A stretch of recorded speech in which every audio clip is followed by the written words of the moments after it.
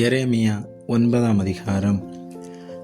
என் தலை தண்ணீரும் என் கண்கள் கண்ணீருற்றுமானால் நலமாயிருக்கும். அப்பொழுது என் ஜனமாகிய குமாரத்தி கொலையுண்ண கொடுத்தவர்கள் நிமித்தம் நான் இரவும் பகலும் அழுவேன். வனாந்தரத்தில் வழிபோக்கரின் தாபரம் எனக்கு இருந்தால் நலமாயிருக்கும். அப்பொழுது நான் என் ஜனத்தை விட்டு அவர்களிடத்தில் இராதபடிக்கு போய்விடுவேன். அவர்கள் எல்லோரும் விபச்சாரரும் துரோகிகளின் கூட்டமுமாயிருக்கிறார்கள். அவர்கள் பொய்யை பிரயோகிக்க தங்கள் நாவாகிய வில்லை வளைக்கிறார்கள். அவர்கள் இந்த தேசத்திலே பலத்துக் கொள்வது சத்தியத்துக்காக அல்ல, பொல்லாப்பிலிருந்து பொல்லாப்புக்கு நடந்து இருக்கிறார்கள்.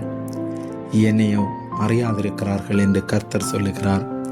நீங்கள் அவனவன் தன் தன் சிநேகிதனுக்கு எச்சரிக்கையாயிருங்கள். எந்த சகோதரனையும் நம்பாதிருங்கள். எந்த சகோதரனும் மோசம் பண்ணுகிறான், எந்த சிநேகிதனும் தூற்றித் திரிகிறான். அவர்கள் மெய்யை பேசாமல் ஒவ்வொருவரும் தமக்கு அடுத்தவனை எய்கிறார்கள். பொய்யை பேச தங்கள் நாவை பழக்குகிறார்கள். அக்கிரமம் செய்ய உழைக்கிறார்கள்.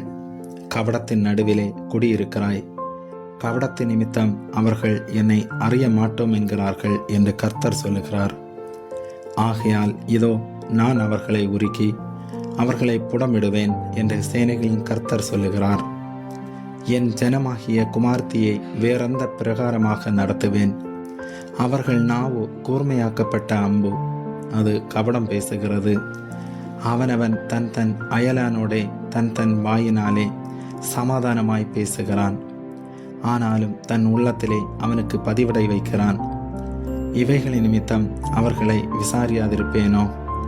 இப்படிப்பட்ட ஜாதிக்கு என் ஆத்மா நீதியை சரி கட்டாதிருக்குமோ என்று கர்த்தர் சொல்லுகிறார். மலைகளுக்காக அழுது துக்கம் கொண்டாடுவேன். வனாந்தர தாவரங்களுக்காக புலம்புவேன். ஒருவனும் அவைகளை கடந்து போகாத வண்ணமாய் அவைகள் பாழாக்கப்பட்டு கிடக்கின்றன. ஆடு மாடுகளின் சத்தம் கேட்கப்படுகிறதும் இல்லை. ஆகாசத்து பறவைகளும் மிருக ஜீவன்களும் எல்லாம் ஓடி சிதறிப் போயின. நான் எருசலேமை மண்மேடுகளும் வலு சர்ப்பங்களின் தாவரமும் ஆக்குவேன். யூதாவின் பட்டணங்களையும் குடியில்லாதபடி பாழாக்கி போடுவேன். இதை உணரத்தக்க ஞானமுள்ளவன் யார்?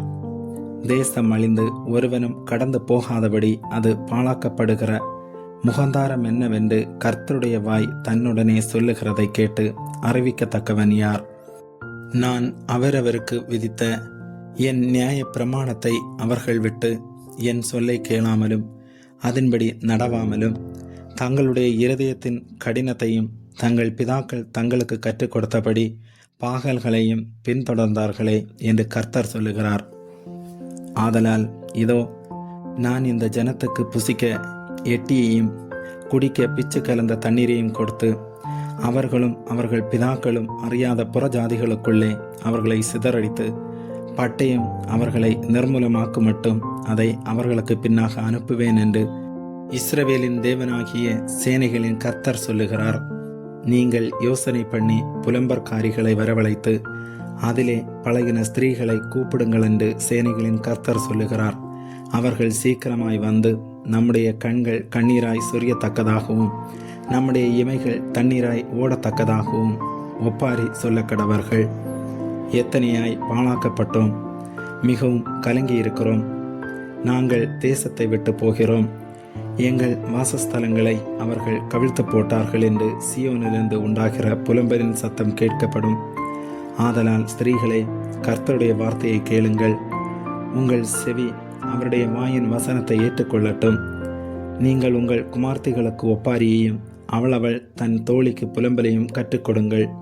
வீதியில் இருக்கிற குழந்தைகளையும் தெருக்களில் இருக்கிற இளைஞரையும் சங்காரம் பண்ண சாவு நம்முடைய பலகணிகளில் ஏறி நம்முடைய அரமனைகளில் பிரவேசித்தது.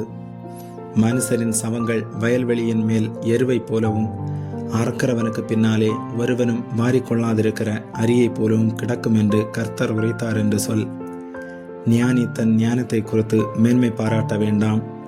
பராக்கிரமன் தன் பராக்கிரமத்தை குறித்து மேன்மை பாராட்ட வேண்டாம். ஐஸ்வர்யவான் தன் ஐஸ்வர்யத்தை குறித்து மேன்மை பாராட்ட வேண்டாம். மேன்மை பாராட்டுகிறவன் பூமியிலே கிருபையையும் நியாயத்தையும் நீதியையும் செய்கிற கர்த்தர் நான் என்று என்னை அறிந்து உணர்ந்திருக்கிறதை குறித்தே மேன்மை பாராட்ட கடவன் என்று கர்த்தர் சொல்லுகிறார். இவைகளின் மேல் பிரியமாயிருக்கிறேன் என்று கர்த்தர் சொல்லுகிறார். இதோ நாட்கள் வரும், அப்பொழுது விருத்த சேதனம் இல்லாதவர்களோடும் கூட விருத்த சேதனமுள்ள யாவரையும், எகிப்தையும், யூதாவையும், ஏதோமையும், அம்மோன் புத்திரரையும், மோவாவையும், கடைசி எல்லைகளிலுள்ள வனாந்தர குடிகளான யாவரையும் தண்டிப்பேன். புறஜாதியார் அனைவரும் விருத்த சேதனம் இல்லாதவர்கள், ஆனாலும் இஸ்ரவேல் வம்சத்தார் அனைவரும் இருதயத்திலே விருத்த சேதனம் இல்லாதவர்கள் என்று கர்த்தர் சொல்லுகிறார். ஆமேன்.